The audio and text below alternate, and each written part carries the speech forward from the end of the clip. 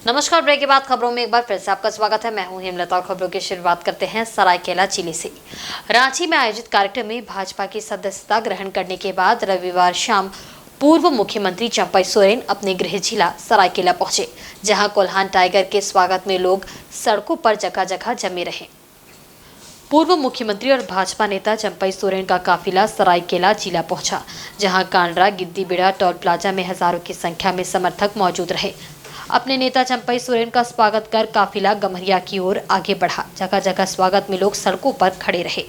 भाजपा का दामन थामने के बाद पूर्व मुख्यमंत्री चंपई सोरेन काफी उत्साहित दिखे।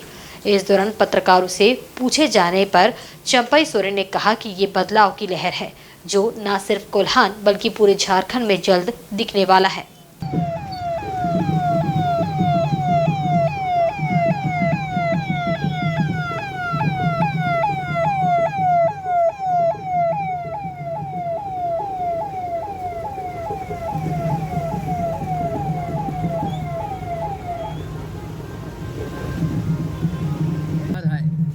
प्रदेश में परिवर्तन कल है।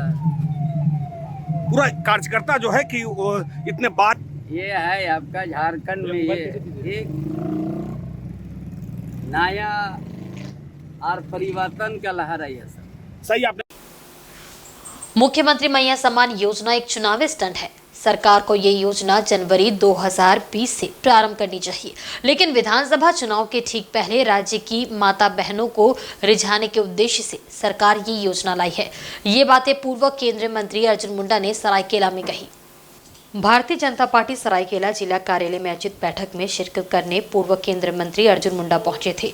इस मौके पर पत्रकारों से बातचीत के क्रम में राज्य सरकार के मुख्यमंत्री महिला सम्मान योजना पर प्रश्न चिन्ह लगाते हुए अर्जुन मुंडा ने कहा कि पूरे 5 साल ये योजना चले और हर माता बहन के खाते में प्रतिमाह राशि आए, तभी इस योजना की सार्थकता है, अन्यथा ये एक चुनावी स्टंट है। अर्जुन मुंडा ने कहा कि केंद्रीय मंत्री रहते आदिवासी उत्थान, कल्याण एवं कृषि से जुड़े कई महत्वाकांक्षी योजनाओं को समय से पूरा किया। योजना का लाभ लोगों को मिले, ईमानदार सरकार की यही पहचान है। बैठक में पूर्व सांसद गीता कोड़ा, पूर्व विधायक अरविंद सिंह, जिला अध्यक्ष उदय प्रताप सिंह देव, जिला प्रभारी सुबोध सिंह गुड्डू समेत अन्य पदाधिकारी मौजूद रहे। इसके खिलाफ आंदोलन सर्वजन क्योंकि हम जो वादा, जैसे उड़ीसा में किसानों के लिए हो या माताओं के लिए हो, उड़ीसा में, छत्तीसगढ़ में, सभी जगहों में सरकार बनने के तुरंत बाद ही योजनाओं को शुरू कर दिया गया। और ईमानदार सरकार वही होती है जो वादा करती है उसको त्वरित गति से पूरा करती है। इसमें तो कुछ करना नहीं था, सरकार बन गई तो उनको पैसा देना था। और इन्होंने जनवरी 2020 से ये योजना क्यों प्रारंभ नहीं की?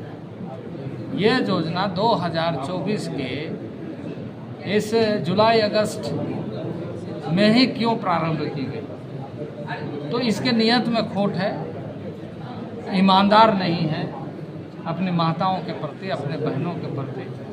और यदि ईमानदार है तो 60,000 रुपया अगर उनके खाते में दे, क्योंकि माताओं बहनों से किए गए वादे पर धोखाधड़ी नहीं होना चाहिए। भारतीय जनता पार्टी की घोषणा पत्र सुझाव अभियान के तहत रविवार को पलामू के जिला भाजपा कार्यालय में एक कार्यक्रम आयोजित की गई।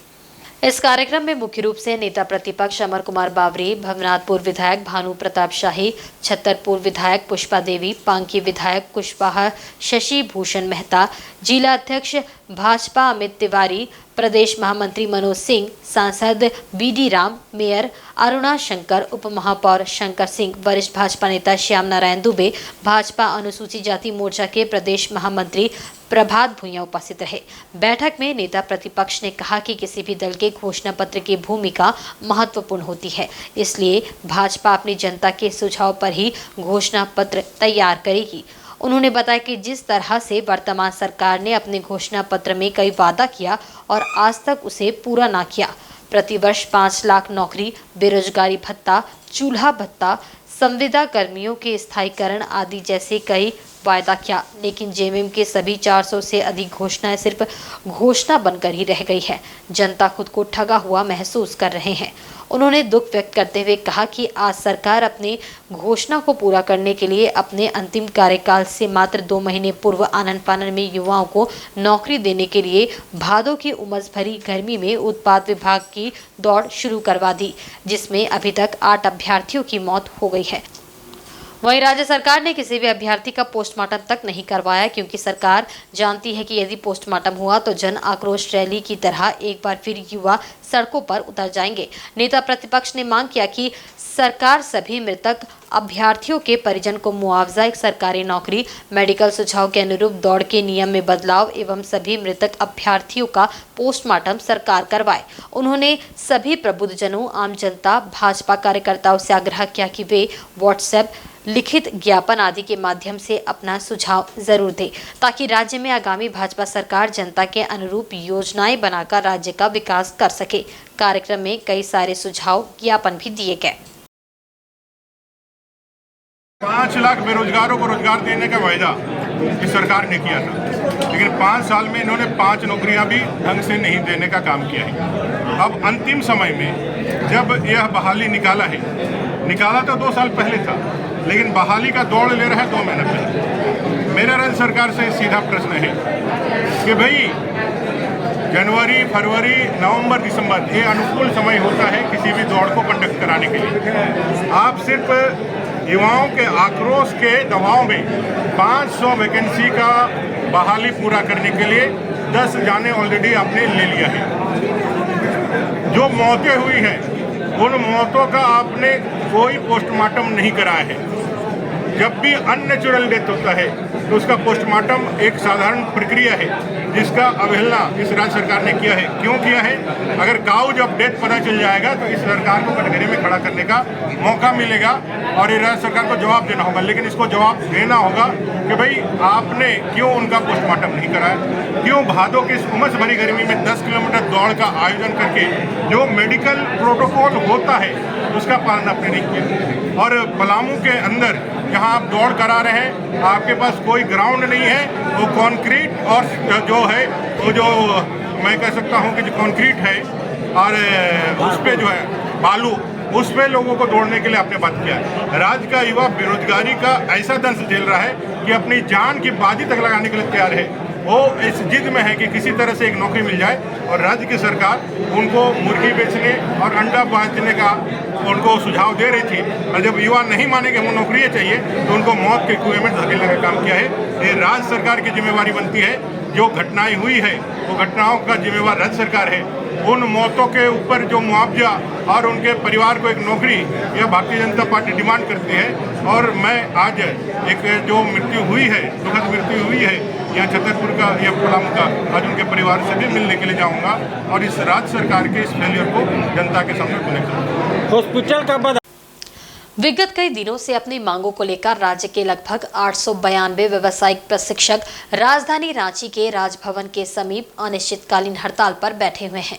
उनकी मांग और समस्या पर अभी तक संज्ञान नहीं लिया गया है। अपनी मांगों और समस्याओं से अवगत कराने हेतु ये व्यावसायिक प्रशिक्षक अपने धरना स्थल राजभवन के पास से मुख्यमंत्री आवास घेराव के लिए निकले, जिन्हें मुख्यमंत्री आवास से ठीक पहले प्रशासनिक पहल करते हुए रोक लिया गया। मौके पर प्रदेश अध्यक्ष ने कहा कि मुख्य रूप से हमारी 10 सूत्री मांगे हैं, जिनमें ठेका प्रथा से मुक्त कर व्यावसायिक प्रशिक्षकों को शिक्षा विभाग में समायोजन किया जाए। पूर्व की भांति सभी व्यावसायिक प्रशिक्षकों को बिना परीक्षा एवं साक्षात्कार करते हुए अपने विद्यालय में बने रहने के लिखित आदेश जारी किया जाए। 2021 से अब तक के बढ़े हुए बकाया वेतन का भुगतान एरिया के रूप में तत्काल भुगतान किया जाए आदि मांगे शामिल है।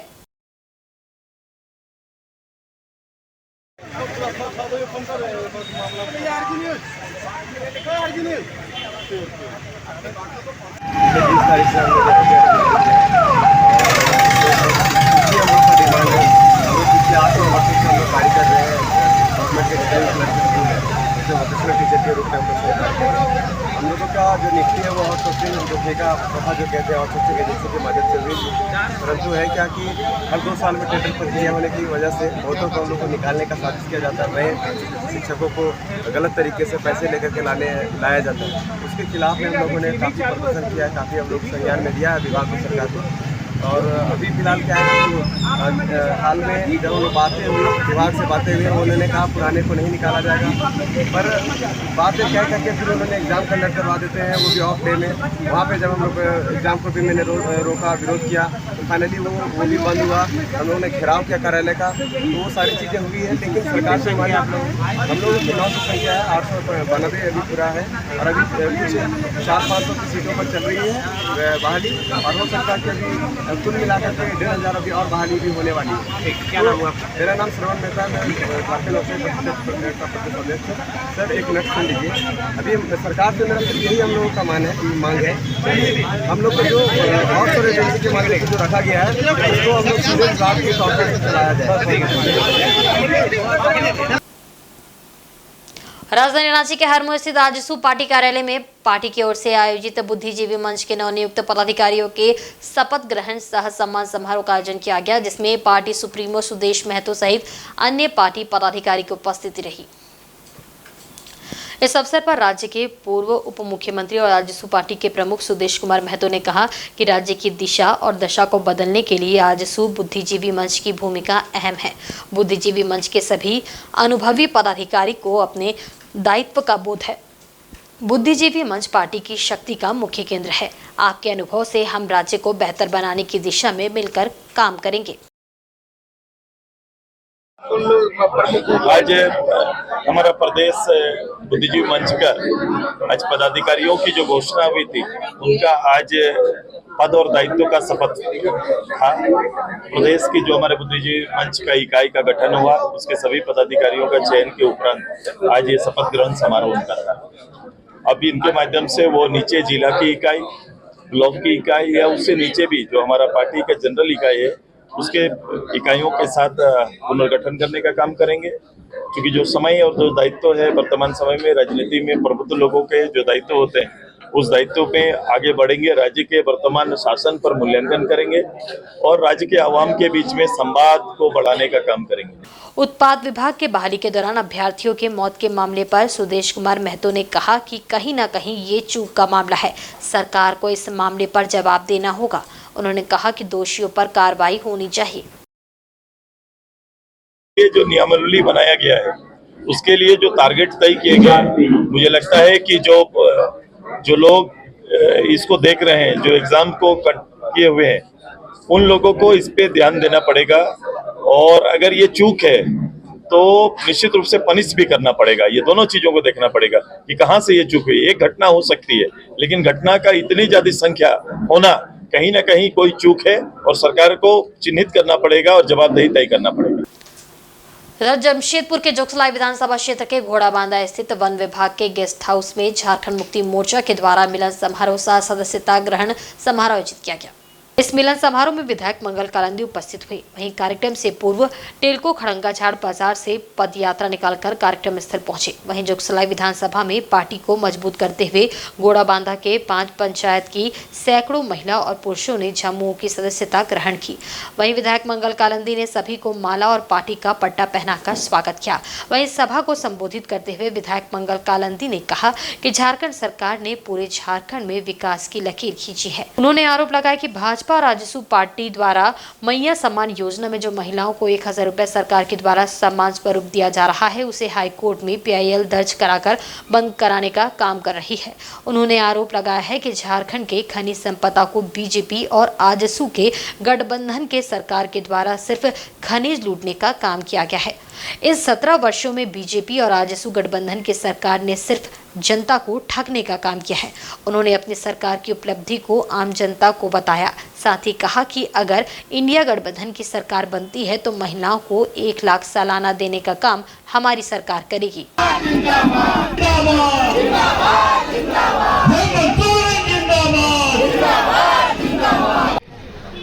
जन जन तक पहुंचाने का, बहन बेटियों को योजना के माध्यम से उनको आगे बढ़ाने का, बहुत सारे युवा हैं, छात्र हैं जो इस झारखंड राज्य में 17-18 साल जो है अब बीजेपी गठबंधन ने यहाँ शासन किया। मैं उन लोगों का विरोध नहीं कर रहा, लेकिन सच्चाई को सामने रखने का काम कर रहा हूं कि ये लोग 17-18 साल यहां शासन किया, लेकिन झारखंड का विकास नहीं, झारखंड का खनिज संपदा को लूटने का काम किया, महंगाई को बढ़ाने का काम किया और यहाँ के युवाओं को रोजगार नौकरी देने का काम नहीं किया। पूरे झारखंड के लोगों का विकास नहीं, पूरे झारखंड के लोगों का विनाश करने का काम इन लोगों ने किया। झारखंड का अगर किसी ने विकास करने का काम किया और झारखंड राज्य में इतिहास बनाने का काम किया तो हमारे राज्य के मुख्यमंत्री आदरणीय हेमंत सोरेन जी ने किया। वहीं मुसाबनी माइंस इंटर कॉलेज में आरएस फाउंडेशन एजुकेशन सेंटर द्वारा एजुकेशनल मोटिवेशनल प्रोग्राम का आयोजन किया गया, जिसमें मुख्य अतिथि के रूप में एयरपोर्ट अथॉरिटी ऑफ इंडिया के पूर्व जीएम शंकर मार्डी मौजूद थे। उनके अलावा मुसाबनी डीएसपी संदीप भगत, केंद्र विद्यालय के रिटायर्ड शिक्षक गणेश मुर्मू, समाज सेवी डॉक्टर बबलू सुंडी, एसबीआई बैंक से रिटायर्ड पूर्व सीनियर मैनेजर चंपई मुर्मू, शिक्षक हिंदोल चटर्जी, निशांत कुमार आदि उपस्थित थे। मौके पर अतिथियों ने छात्र छात्राओं के उज्जवल भविष्य की कामना करते हुए विपरीत परिस्थितियों में भी कड़ी मेहनत कर लक्ष्य की प्राप्ति के लिए मोटिवेट किया। कार्यक्रम में 10वीं, 11वीं और 12वीं के मुसाबनी के कई स्कूलों के छात्र छात्राओं ने उपस्थित होकर लाभ उठाया। मौके पर आर्थिक रूप से कमजोर परिवार को उसके बच्चे की पढ़ाई के लिए आर्थिक मदद करने पर हेल्पिंग हैंड के सदस्यों को फाउंडेशन की ओर से सम्मानित भी किया गया।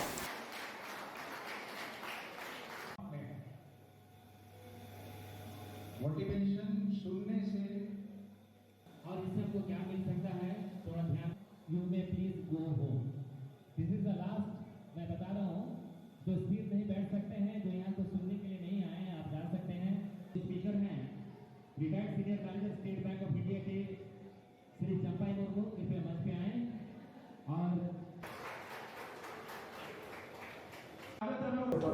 ये 15 वर्ष सफलतापूर्वक पूरा होने पर और इस कोचिंग सेंटर पे हजारों बच्चों ने शिक्षा का लाभ लिया है। इस शुभ उपलक्ष्य पर मुसाबनी के सभी स्कूल के छात्रों को प्रेरणा देने के लिए आज एक एजुकेशनल मोटिवेशनल प्रोग्राम का आयोजन ये मुसाबनी माइंस कॉलेज परिसर में किया गया, जिसमें हमारे क्षेत्र के सारे सफल लोग जो शिक्षा के क्षेत्र में अपनी कड़ी मेहनत करके जो उन्हें सफलता मिला है, अच्छे मुकाम पर पहुंचे हैं, वैसे लोग को छात्रों के बीच रखा गया ताकि छात्र इनको देखकर वो कुछ सीखे कि ऐसे गरीब घराने के बच्चे भी आज पढ़ लिख के एक अच्छे मुकाम पर पहुंचे हैं। तो इसको देख के शायद बच्चे आज प्रभावित हुए हैं और पॉसिबिलिटी बढ़ता है। प्रेरणा एक शिक्षा का अंग भी है और इससे बच्चा का अच्छा प्रदर्शन शिक्षा में उनका गोल सेट करने के लिए, उनको गोल अचीवमेंट करने के लिए ये प्रेरणा काम करता है। इसमें पॉसिबिलिटी ज़्यादा बढ़ जाता है। तो यही है, काफ़ी बच्चे आए थे कई सारे स्कूल से, बच्चे आज बहुत सारे कुछ सीखे भी हैं और आशा है अगले बार इसको और बड़ा स्तर से करेंगे ताकि ज़्यादा से ज़्यादा हज़ारों की संख्या में बच्चे आएँ और इसका लाभ उठाएं। सर्वप्रथम आरएस फाउंडेशन मुसाबनी द्वारा संचालित आज बच्चों, हाई स्कूल और कॉलेज के बच्चों के लिए जो प्रोग्राम रखा गया है उसके लिए मैं उनको धन्यवाद देना चाहूँगा और मैं आशा करूँगा कि आगे भी इस तरह का प्रोग्राम किया जाएगा। और आपका जो सवाल है इसमें मेरा यही कहना है कि जो कि मोबाइल का प्रचलन कोविड-19 के समय ऑनलाइन क्लास के लिए हुई थी और मोबाइल में काफ़ी चीज़ें एडवांटेज भी है, डिसएडवांटेजेस भी है। तो आज जितने भी बच्चे आए हमने दोनों पहलू में बच्चों को अवगत कराया और आशा है बच्चे ठीक ठाक ये नॉलेज साथ में ले जा रहे हैं और डिसएडवांटेज जितने हैं उस सब को वो लोग अवॉइड करेंगे और अपने अपने स्तर में जीवन में आगे बढ़ेंगे। वहीं बाबा बैद्यनाथ सेवा संघ मानगो जमशेदपुर की ओर से 5वां शिक्षक दिवस के निमित्त अवसर पर शिक्षक सम्मान समारोह का आयोजन किया गया। ये कार्यक्रम एक स्थानीय हॉल डिमना रोड में आयोजित की गई। इस मौके पर कई गणमान्य लोग मौजूद रहे। इस मौके पर संस्था के अध्यक्ष छोटेलाल सिंह ने बताया कि संस्था की ओर से 5 वर्षों से ये सामाजिक कार्य करते आ रहे हैं, चाहे प्राइवेट टीचर हो या सरकारी टीचर हो, कोचिंग टीचर हो या ITI टीचर हो या नर्सिंग ट्रेनिंग के टीचर हो। संस्था के माध्यम से सभी को एक साथ जोड़ने का कार्य करते हैं। समाज में किसी न किसी तरह से सामाजिक दायित्व को निभाते रहना है।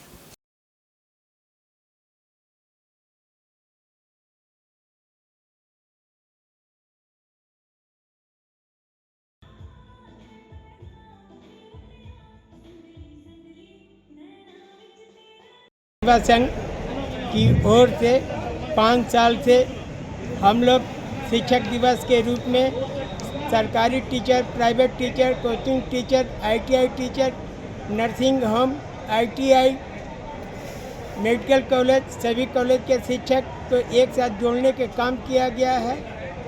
साथ में ये फीलिंग ना हो कि हम प्राइवेट स्कूल के, कोचिंग स्कूल के और यूनिवर्सिटी के टीचर हैं, जो हम लोग एक दूसरे से मिलने में परेशानी हो। एक टीचर समूह, एक सामाजिक समूह है, इसी को जोड़ने के लिए काम किया गया है। बाबा बैद्यनाथ सेवा संघ की ओर से लगभग 400 शिक्षक को व्यवस्था किया गया था। ये नियंत्रण जारी रहेगा। इस बार नया कुछ मैनिफेस्टो जारी किया जाएगा कि अगले साल क्या करना है। किताब का विवेचन करने के लिए अगले साल किताब का विवेचन होगा। हर शिक्षक को एक किताब दिया जाएगा। और आज के बुलेटिन में बस इतना ही। कल फिर हाजिर होंगे कुछ नई खबरों के साथ। तब तक देखते रहें इंसाइड झारखंड न्यूज़। नमस्कार।